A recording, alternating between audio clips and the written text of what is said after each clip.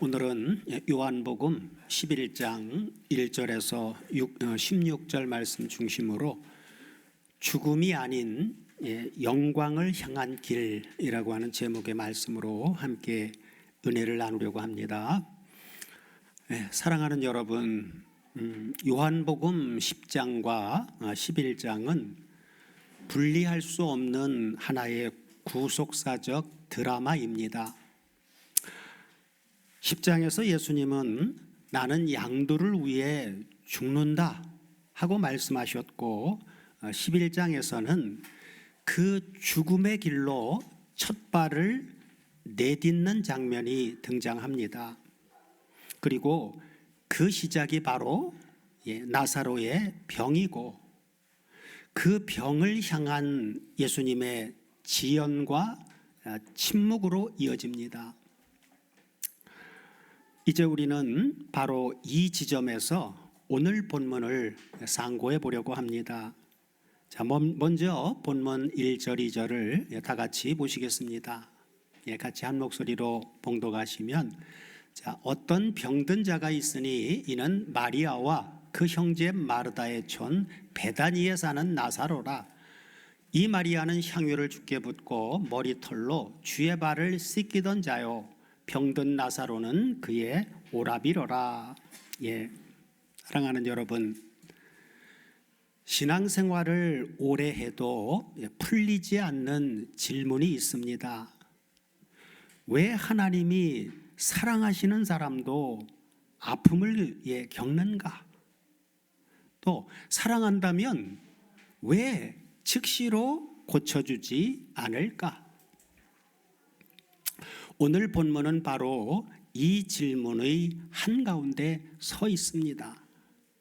마리아와 마르다가 병든 오라비를 위해서 한 일은 무엇입니까?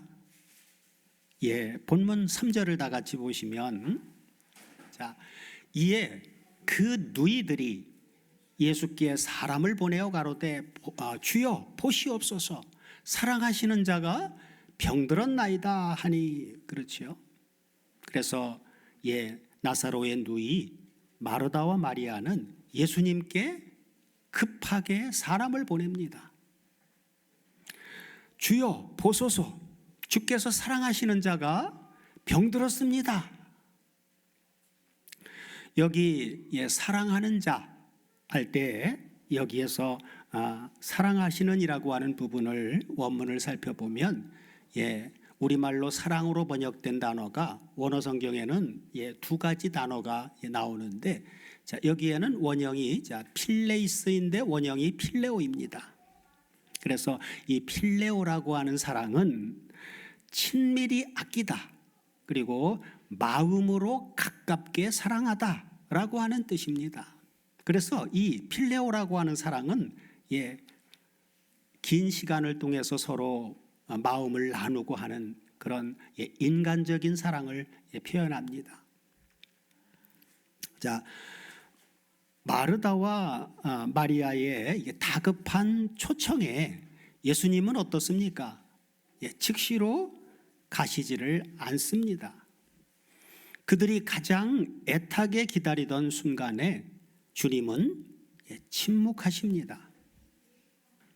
오늘 본문은 그 침묵이 무엇인지, 그리고 왜 하나님은 빨리 고쳐주시면 좋은데 기다리시는지, 그리고 그 기다림 속에는 어떤 구속사적 영광이 숨어 있는지를 우리에게 밝혀줍니다. 자, 오늘 본문의 배경을 잠시 살펴보면, 나사로와 그의 자매들이 사는 곳은 어디예요? 베다니입니다. 베다니는, 이 베다니라고 하는 단어의 어원은 히브리어 베이트 아니, 베이트 아니입니다. 이 단어의 의미는, 베이트는 집이지요. 그리고 아니는 고난이라고 하는 의미가 있습니다. 또 고난 또는 가난. 그래서 베이트 아니, 고난의 집, 그리고 가난의 집이라고 하는 의미입니다.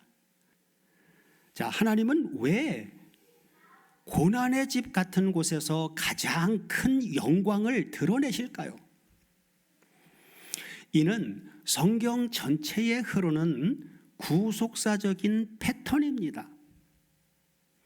하나님은 언제나 낮은 곳, 그리고 어두운 곳, 그리고 아무도 기대하지 않는 곳에서 하나님의 구속의 역사를 터뜨리십니다.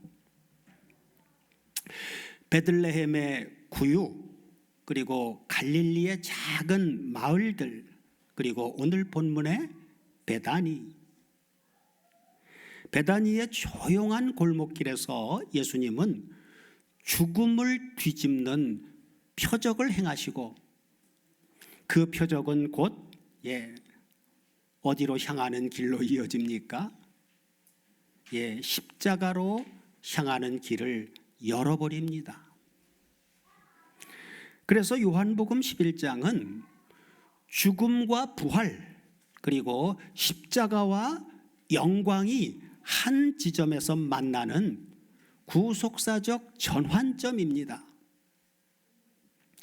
앞서 보았듯이 나사로는 단순한 마을 사람 정도가 아닙니다. 예수님에게 있어서 나사로는 예수님의 마음이 유난히 기울어져 있던, 친밀히 아끼고 그리고 가깝게 사랑하는 사람입니다. 그런데 그가 병들었습니다. 마르다와 마리아는 즉시 사람을 보냅니다. 보내서 뭐라고요? 주님, 당신이 사랑하는 바로 그 나사로입니다. 빨리 오셔서 고쳐달라, 그 말이죠. 사랑하는 여러분, 우리가 기도할 때도 이와 비슷합니다. 주님, 저예요. 저는 주님이 사랑하시는 사람입니다. 그러니 빨리 도와주세요. 그러나 예수님은 움직이지 않으십니다. 자, 사랑하는 나사로가 병들었다는 소식을 들으신 예수님은 나사로의 그 병을 진단하시는데, 자, 어떤 진단을 내리십니까? 자, 본문 4절을 다 같이 보시면 이렇게 말씀하시죠. 예수께서 들으시고 가라사대, 이 병은, 가서 보시지도 않았어요, 그죠? 이 병은 죽을 병이 아니라 하나님의 영광을 위함이요 하나님의 아들로 이를 인하여 영광을 얻게 하려 함이라 하고 말씀하시죠. 이게 바로 나사로의 병에 대한 예수님의 진단입니다. 자, 예수님은 응답 대신 나사로의 병에 대한 제정의의 선언을 해주십니다. 이 병은 죽을 병이 아니다. 하나님의 영광을 위한 것이다. 여기서 예수님이 말씀하신 영광은 단순히 기적이 일어나서 박수를 받는 그런 영광이 아닙니다. 요한복음에서 영광은 주님이 십자가에 높이 달리시는 사건을 의미하기도 합니다.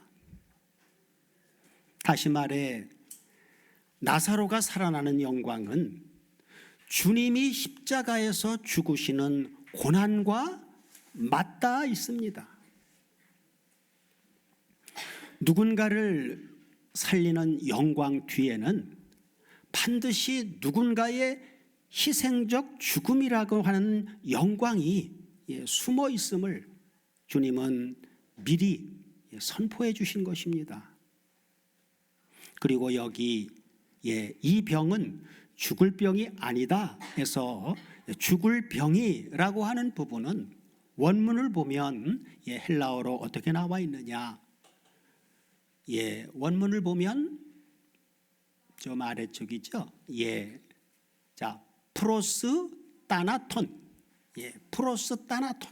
프로스는 어떤 목적지를 향해서 쭉 가고 있는, 그러니까 사망이라고 하는 목적지를 향해서 가고 있는 그런 표현이에요.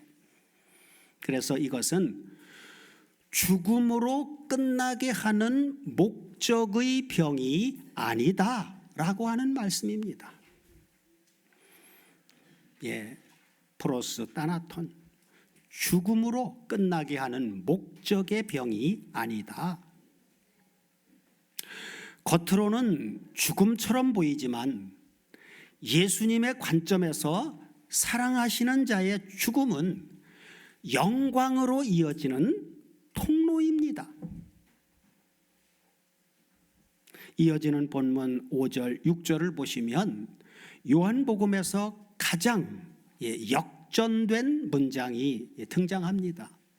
자, 5절, 6절 한번 다 같이 봉독해 보겠습니다. 자, 예수께서 본래 마르다와 그 동생 나자로를 어떻게 하셨어요? 사랑하시더니 나자로가 병들었다 함을 들으시고 그 계시던 곳에 이틀을 어땠어요? 더 유하시고.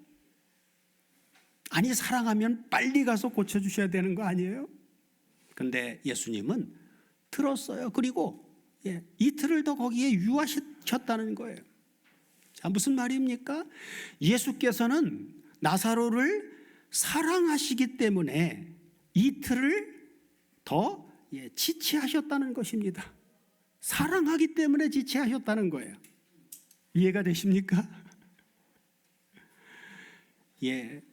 우리는 주님의 마음을 성경을 통해서 알아야 되겠죠. 우리 생각과 주님의 생각은 다른 것이죠. 그래서 여기 앞에도 우리가 마르다와 마리아가 주님 당신이 사랑하시는 오라비 할 때 오라비를 사랑한다고 표현을 했고, 자 여기도 보면 뭐라고요? 그 동생과 나사로를 주님께서 사랑하시더니 그랬어요. 여기 사랑하셨다라고 하는 이 단어를 원문을 통해서 살펴보면 3절과 비교해 보면 여기에서는 필레오라고 하는 단어를 쓰지를 않고 아가파오라고 하는 단어를 썼습니다. 예수님이 나사로를 사랑하는 것은 아가파오 사랑을 하셨고, 마르다와 마리아가 주님이 오라비를 사랑한다라고 하는 표현은 필레오라고 하는 단어를 썼어요. 그래서 3절에서는 필레오 사랑을, 그리고 5절에서는 아가파오 사랑을 썼습니다. 사도 요한은 감정적이고 우정적인 사랑인 필레오와 그리고 의지적이고 그리고 헌신적이고 구속적인 사랑인 아가파오를 분명하게 구분해서 쓰고 있습니다. 인간의 관점에서는 주님의 지체하심이 무관심처럼 느껴지지만 하나님의 관점에서는 더 큰 일을 준비하시는 시간이었습니다. 하나님은 지금 즉시 고치시는 것보다 더 큰 영광을 준비하고 계셨습니다. 예수님은 누구의 시간표대로 움직이시는 분이에요? 인생의 시간표로 움직이시는 분이 아니라 하나님의 시간표로 움직이시는 분이십니다. 그래서 이어지는 본문 7절에서 10절을 같이 보시면 이렇게 말씀해 주고 있죠. 자, 그 후에 제자들에게 이르시되 유대로 다시 가자 하시니 제자들이 말하되 랍비여, 방금도 유대인들이 돌을 들어가지고 쳐 죽이려고 했는데 또 그리로 가시려 하나이까? 그러면서 이어서 9절 보시면 뭐라고 대답하셔요? 그런 제자들의 반응에 예수께서 대답하시되 낮이 12시가 아니냐? 사람이 낮에 다니면 이 세상에 빛을 봄으로 실족하지 아니하고 밤에 다니면 빛이 그 사람 속에 없는 거로 실족하느니라 하고 말씀하십니다. 예수님이 유대로 다시 가자 하고 말씀하시자 제자들은 불안합니다. 그죠? 아니, 거기서 죽을 뻔했는데요. 예수님은 말씀하십니다. 뭐라고요? 낮이 12시가 아니냐? 낮이 12시가 아니냐? 무슨 말이에요? 여기 12시가에서 이 시가라고 하는 부분을 원문을 보면 헬라어 호라라고 한다. 호라의 복수형으로 호라이예요. 호라의 복수형입니다. 헬라어 호라는 한 점의 시간이 아니라 어느 한 점의 시간이 아니라 하나님께서 일하시는 시간의 구간을 말해줍니다. 하나님이 일하시는 시간의 구간. 그러므로 하나님이 정하신 낮의 시간 동안에는 원수들이 아무리 해치려고 몸부림쳐도 예수님의 사명을 막을 수 없다는 불가항력적인 하나님의 보호를 말씀해 주신 것입니다. 우리는 보통 상황을 보고 움직이지만 예수님은 아버지의 시간을 보고 움직이십니다. 끝으로 오늘 본문은 어떻게 마칩니까? 자, 11절에서 쭉 16절까지 같이 봉독해 보면 이 말씀을 하신 후에 또 가라사대 우리 친구 나자로가 어떻다고요? 잠들었도다. 그러나 내가 깨우러 가노라. 아니 잠들었으면 푹 자게 놔두지 왜 깨우러 가요? 여러분 잠잘 때 깨우면 좋아요? 아니죠. 그러나 주님이 하신 말씀은 그냥 우리가 생각하는 그런 얘기가 아니란 말이에요. 그런데 제자들은 뭐라고요? 제자들 반응은 아니라 다를까 제자들이 가로되 주여 잠들었으면 낫겠나이다 하더라. 그런데 이제 사도 요한은 이제 해석을 해주죠. 예수님은 나자로의 죽음을 가리켜 말씀하신 것이나 제자들은 잠들어 쉬는 것을 가리켜 말씀하시는 것인 줄을 생각하는지라 하고 말씀해 주고 있죠. 제자들이 주님의 마음을, 주님의 생각을 읽지 못하니까 주님이 드러내서 말씀해 주시죠. 뭐라고요? 이에 예수께서 밝히 이르시되 나사로가 자는 게 아니라 나사로가 죽었느니라. 내가 거기 있지 아니한 것을 너희를 위하여 기뻐하노니 이는 너희로 믿게 하려 함이라. 그러나 그에게로 가자 하신대. 이제 제자 중에 도마, 그렇죠? 디두모라고 하는 도마가 나섰어요. 뭐라고 얘기합니까? 도마가 다른 제자들에게 말하는 거예요. 예수님 대놓고 말 못하고 제자들에게 말하는 거예요. 뭐라고요? 우리도 주와 함께 죽으러 가자. 우리도 주와 함께 죽으러 가자 하니라. 도마가 말합니다. 뭐라고요? 우리도 주와 함께 죽으러 가자. 이 말은 어떤 의미의 말일까요?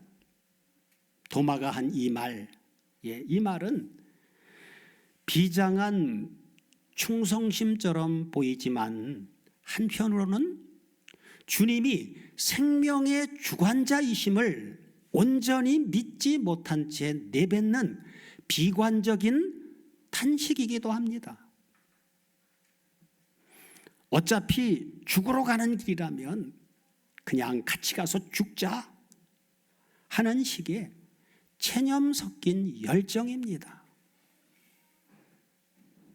사랑하는 여러분, 주님과 연합된 우리도 이럴 때가 있습니다. 주님을 사랑하지만 상황은 절망적이라 체념하며 따라갈 때가 있습니다. 그러나 주님은 그런 도마의 불완전한 연합까지도 품으시고 결국은 어떻게 하십니까? 결국은 부활의 현장으로 끌고 가셔서 그의 불신을 확신으로 바꾸어 놓으십니다.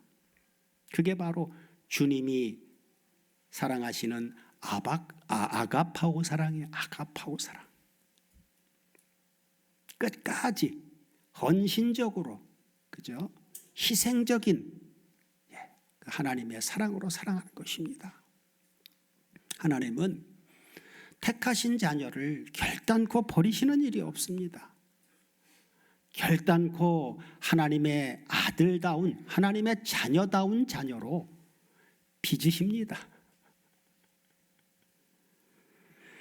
예수님은 나사로의 죽음을 죽음이 아니라 뭐라고 말씀하십니까?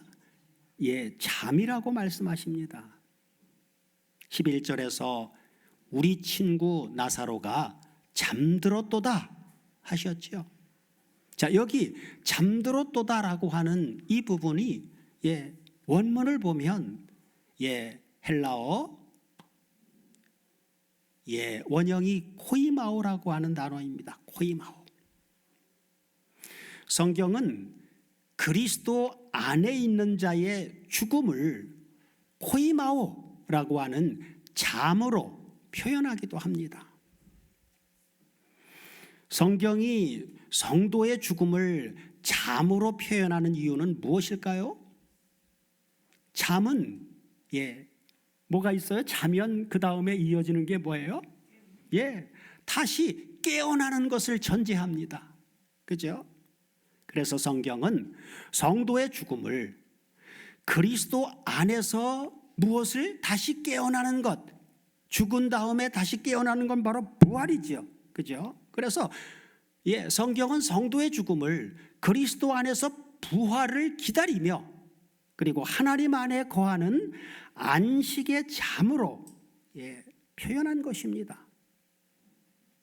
그러므로 성경적 의미에서 죽음은 끊김이 아니라 전환입니다. 전환. 끝이 아니라, 사람들은 죽으면 끝이라고 생각하죠. 그러나 성경의 죽음은 끝이 아니라 다른 생명으로의 이동입니다. 여러분, 죽은 성도들은 어디 있어요? 성경은 어디 있다고 얘기합니까? 과거에 어떤 희한한 사람들은 우리 안에 죽은 성도가 있다는 거예요. 말도 안 되죠. 성경 그렇게 말한 적 없습니다. 자, 우리가 계시록 6장 강의했었죠. 6장에서 인을 뗄 때, 다섯째 인을 뗄 때에 제단 아래 누가 있었어요? 죽임을 당한 영혼들이 제단 아래서 하나님 앞에 신원해달라고 호소하고 있죠. 거기 제단은 어디에 있는 제단입니까? 그건 지상이 아니라 하늘 제단입니다. 믿음 안에서 신실하게 신앙생활하다 죽은 성도들은 몸은 죽었지만 그들의 영혼은 바로 천상에 하늘 보좌에 있습니다. 하늘 보좌 앞에 그 하늘 성전에 그렇죠. 자, 그리고 예수님은 이제 드디어 나사로를 깨우러 이제 제자들과 함께 걸어가십니다. 자, 잠시 우리 이 장면을 상상해 봅시다. 나사로의 숨은 지금 점점 짧아집니다. 마리아는 오라비 나사로의 손을 붙잡고 낮고 잔잔하게 흐느껴 울고 있습니다. 마르다는 밖을 서성이면서 계속 묻습니다. 전령은 예수님한테 잘 도착했을까? 지금쯤 예수님은 어디 계실까? 분명히 오고 계실 거야. 오라버니, 조금만 더 버텨, 조금만 더. 그러나 새벽이 오고 오라비 나사로는 이제 떠났습니다. 죽었죠. 눈물이 눈을 채우고 방 안에는 깊은 침묵이 내려앉았습니다. 마르다는 속으로 주님이 여기 계셨다면 분명 내 오라비가 죽지 않았을 텐데, 마리아는 속으로 우린 주님에게 특별한 가족이라고 생각했는데 정말 맞는 걸까? 사랑하는 여러분, 우리 역시 그들의 마음을 압니다. 가족이 아플 때, 기도 제목이 해결되지 않을 때, 하나님이 말없이 침묵하실 때, 도무지 내가 가야 될 방향이 보이지 않고 문이 열리지 않을 때, 우리도 이렇게 말합니다. 주님이 계셨다면 이 일이 일어나지 않았을 텐데. 그런데 예수님은 그 침묵 속에서 엄청난 일을 준비하고 계셨습니다. 그 기다림이 영광의 무대가 될 것을 주님만 알고 계셨습니다. 오늘 본문의 구속사적 의미는 무엇입니까? 죽은 나사로의 부활이 십자가를 부른다는 것입니다. 나사로가 살아난 직후에 어떤 일이 벌어집니까? 요한복음 11장 53절을 다 같이 보시면 이렇게 말씀해 주고 있죠. 주님이 나사로를 살리고 난 바로 직후에 11장 53절이요. 자, 다 같이 한번 보겠습니다. 이날부터는 저희가 예수를 죽이려고 모의하니라 하고 말씀해 주고 있죠. 자, 그래서 나사로의 부활은 예수님의 죽음을 촉발했습니다. 죽은 나사로를 살리기 위해 예수님은 자신의 생명을 내려놓는 길로 들어가셨습니다. 다시 말해 나사로의 부활은 예수님의 십자가로, 그리고 예수님의 십자가는 어디로요? 우리의 부활로 연결됩니다. 이 연결이 요한복음 11장의 구속사적 중심입니다. 요한복음 11장을 통해서 말해주고 싶은 구속사의 중심이다 그 말이에요. 나사로의 부활은 예수님의 죽음을 향한 확실한 계단이었습니다. 주님은 나사로를 무덤에서 불러내시기 위해 자신이 무덤 안으로 들어가는 길을 선택하셨습니다. 이것이 바로 구속사적 연합의 신비입니다. 구속사적 연합의 신비. 주님이 죽으심으로 누가 살아났어요? 죽었던 우리가 살아났고, 주님이 낮아지심으로 우리가 높아졌습니다. 이 놀라운 맛 교환이 오늘 저와 여러분의 베다니에서도 동일하게 일어납니다. 오늘 본문은 주님과 연합된 우리에게 어떻게 적용이 됩니까? 사랑하는 여러분, 우리 교회는 이미 믿습니다. 우리는 주님과 생명적으로 연합되어 이미 영원한 생명 안에 들어간 사람들입니다. 이 연합 안에서 요한복음 11장은 우리의 인생을 바라보는 관점을 완전히 바꿔줍니다. 첫째는 연합된 자에게 고난은 버림이 아니라 영광의 시간표입니다. 주님과 연합되었다는 것은 주님이 내 고난의 구경꾼이 아니라 내 고난의 현장에 함께 묶여 계신다라고 하는 뜻입니다. 나사로가 아플 때 주님은 멀리서 그 아픔을 체휼하고 계셨습니다. 주님이 지체하신 그 이틀은 방관의 시간이 아니라 성도의 눈물에 동참해서 더 큰 생명의 역사를 잉태하는 시간이었습니다. 그러므로 응답이 느릴 때 기억하십시오.